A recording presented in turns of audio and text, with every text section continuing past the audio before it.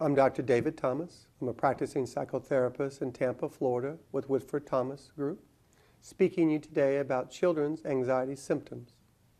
Interestingly, children's anxiety symptoms are not much different than adult anxiety symptoms. And when we talk about anxiety, we do talk about one of the major blocks to happiness. The other three blocks are depression, guilt, and anger. Now, anxiety is probably the most intense, most uncomfortable emotion that we can experience. Anger and depression and guilt doesn't have the physiology that's oftentimes associated with anxiety.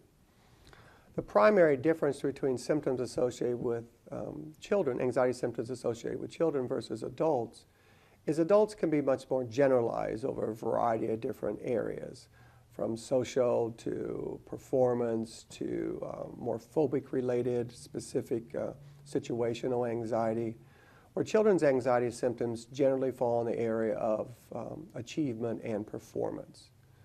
Not necessarily just academic achievement or performance, but oftentimes with athletics or just fitting in.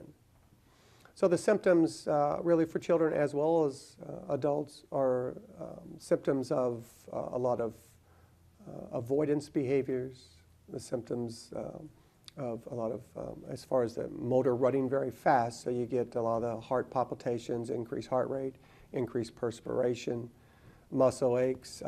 One thing you do tend to see in children a lot more than adults is a lot of ailments, excuses, if you will, for why they can't do certain things, stomach ache, nauseousness, flu-like symptoms. You don't tend to see that quite as often with adults. So certainly children's anxiety is not much different than adult anxiety, just tends to play out much more so in performance and achievement, and what you oftentimes see is a lot of avoidance type behaviors.